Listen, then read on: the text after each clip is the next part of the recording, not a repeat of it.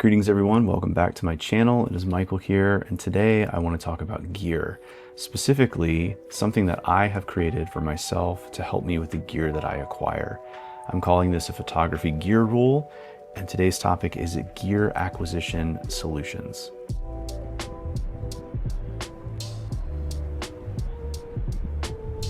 This box right here has exactly 8 items in it, and tomorrow I'm going to ship them off to KEH. They will do their grading and their review, and based on the quote, they will give me either some money or some trade-in credit depending on how it is. In this particular case, they will be paying for these because I'm not buying anything else with the money that's there. I've used them before. I think it's a great solution for trading in or trading up, or just simply clearing out your closet without having to deal with eBay. In the case of the items that are in this box, some of them are things that I've used recently, but most of the things have been sort of lingering around for months on end and not really getting a whole lot of usage. I'm not going to tell you what all is in here because this is irrelevant. What this box serves to show is that I am cleaning out my proverbial closet. I am downsizing some of my gear. And part of the reason is because recently I wanted to purchase a new camera. Specifically new, by new I mean old.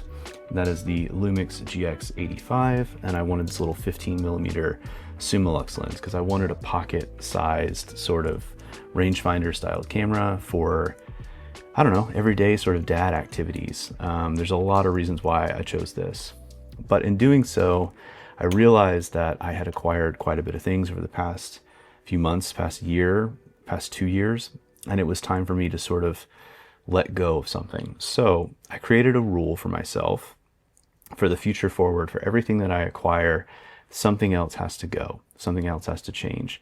And I want to talk about that today because I think it might help you if you are thinking, man, I've acquired too much stuff, or before I acquire the next thing, maybe there's a better framework for doing so. So in my case, this is actually replacing my Ricoh GR3X that I mentioned before. And the main reason for that is I wanted a viewfinder and I wanted the ability to change lenses. And I wanted something that was a little more like a M or like a Q. And that was exactly why I picked this up. Coming from a religious background, a religious community, there is an idea of a rule for life, right? Rule for life basically stems from a monastic origin in the monasteries in the sort of early 3rd and 4th centuries. As people were coming together to live life together, they started creating these rules. Basically, they were ideas of how you would live, what you would do, how you would live, work, pray, what you would do to dedicate and devote your time. And that's kind of morphed into this sort of newer version of creating our own rules for life.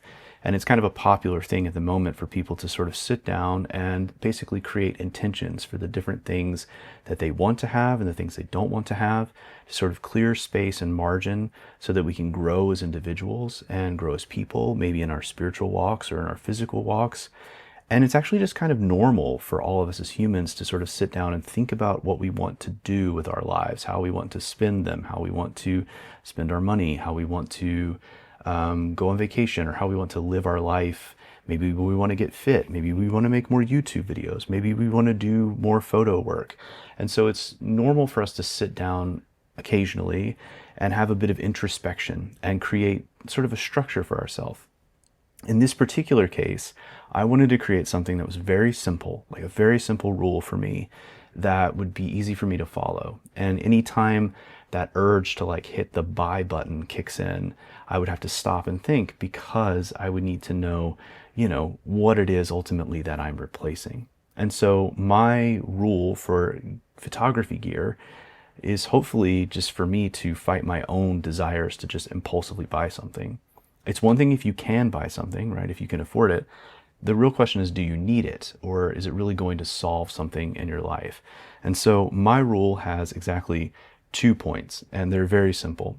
And there's also a link below that'll have just kind of a Google Docs, a little Google document that you can take a look at if you're interested to see what my framework is.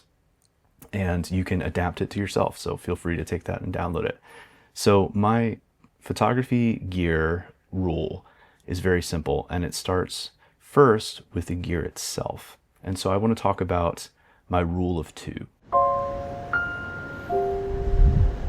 Okay, if you're a Star Wars nerd like me, you probably know the story of the rule of two, right? The Sith. There's always a master and an apprentice. There is never more, never less, right? You have Palpatine and Darth Maul, and then Palpatine and Darth Sidious, and then Palpatine and Darth Vader, right? And there's always this duality between having two.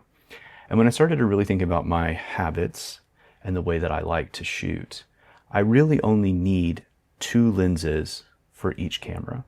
So in my particular case, I'll use my Leica M as an example. My main lens always is going to be the 35 millimeter. It's a great one. In this particular case, I've been using this Mandler 35 for a little while now, and I really enjoy it. It's kind of a character lens, and I really dig that. But nevertheless, main lens. So my secondary lens for my Leica M is a 28 millimeter. I like having two wide angle, sort of normal wide and wide angles. But when I think about the rest of my cameras, really and truly, all I need is two lenses. Two lenses for video, two lenses for something like this, and two lenses for my sort of workhorse camera, right? And so every one of my systems has exactly two lenses that can do everything I need. And this reminds me of back when I first started kind of like getting into professional photography. I only had one or two lenses, and if I needed a specific thing, I would just rent it. And I don't know why I've gotten away from that. I don't need to acquire a bunch of stuff and have it sitting all over the place. And so now I'm kind of reverting back to that rule of two. The system only needs two lenses, and if I really need something else, I can allow myself to rent it. Which leads me to the second part of my rule, which is my 1-for-1 rule.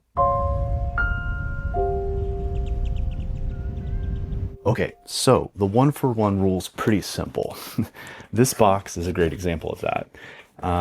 I picked up the Lumix, and I'm allowing myself to have two lenses with it. And in this box is one of the cameras that I'm switching out with, the Ricoh GR. Which, you know, it's kind of a sad thing to see it go, but at the same time, that is replacing this. And the 1-for-1 rule is very, very simple. If I acquire one thing, another thing has to go. So instead of telling myself I can't have a camera or I can't have a new lens, I'm telling myself that if I acquire a new camera or if I acquire a new lens, then one camera or one lens has to go. It's pretty simple. So if I were to replace this Micro Four Thirds camera with another camera, I would have to physically replace it. Now, the reason why I think the 1-for-1 rule is actually helpful in gear acquisition syndrome is I have to ask the question before I hit the buy button, what is it that I have that I'm ready to and I want to replace? In the case of some of these things, like my Leica M, or even my Leica SL, or this Lumix S9 that I've been using for a little while, I have a little bit of a sentimental value with those things. And so I'm not just going to sell them immediately. I've got to really think about the purchase. Am I upgrading? Am I downgrading? Why am I doing that? Why do I want to replace those things? And so the whole view is like, I'm not giving myself exceptions here. If I want one of these things, something new, then something old has to go. And that's just so I don't have a bunch of things lingering around. And also it's because, as I mentioned in my last part of the rule, really and truly, I only need certain things for specific reasons. I don't need a bunch of extra stuff. Now, there is a caveat to all of this. As you will know, we acquire things from time to time, and when we do so, there is a sentimental attachment we have with them, right?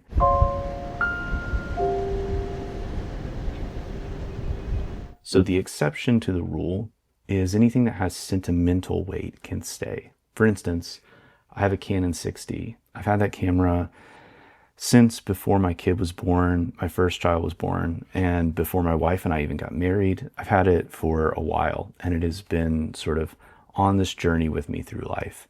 I don't shoot with it very much anymore, but so much of my photographic history was used with that camera. I can't get rid of it. I've had it for 15 years, and it still means something to me, and it still works. And so that's like one of those exceptions to the rule where like, it still matters. I think this idea of really thinking through what I'm acquiring and giving myself this rule One thing for one thing, and only having two lenses with any system is a great framework for gear. I want to take time to think about the purchases that I make. I'm not telling myself no, but I am asking the question of what am I willing to part with if I choose to make that. Consumerism is a huge problem in all of our lives. We live in this internet-driven world where it is so easy to hit one button and within less than 24 hours have some new shiny object sitting at our door. I'm guilty of it. You're guilty of it. We're all guilty of that. And there are little things that we can do, I think, to kind of help ourselves prevent this consumption that is so rampant, especially in the photographic community. Here's the truth. A new camera is not going to make you a better photographer. A new lens isn't going to make you a better photographer. A new flash probably isn't going to make you a better photographer. The time you spend with the things that you have, if they are working and they are accessible, is what is truly going to make you a better photographer. And that I am speaking to myself. I am preaching to the choir. But I've created this little rule, this little framework, which I think for me, future forward, is just going to help keep me in check. If I want something new, I have to ask what I'm willing to let go of. And then at no point in time do I need to own more than I can actually use. I think those two things, rule of two for the lenses and a one-for-one rule when it comes to buying new things, I think will make my life much simpler. And maybe it'll make yours simpler too. Thanks for watching another one of these videos. I know this was kind of a short, simple, straightforward type thing about gear and about how to not acquire too much of it. If this was helpful, let me know. Like and subscribe. Leave a comment. I love the comments that you guys leave and I love responding to them. What do you have too much of? What are you ready to let go of? Could this rule be helpful to you? I challenge you this week to look at your shelf just as I did my own and ask yourself, what have I not shot with in 2 or 3 months? And is it something that I really need to keep around? Maybe I can provide more space and more margin and maybe even have some more cash in my pocket and just get back to being creative. Thanks for watching. Go in peace. And I'll see you next time.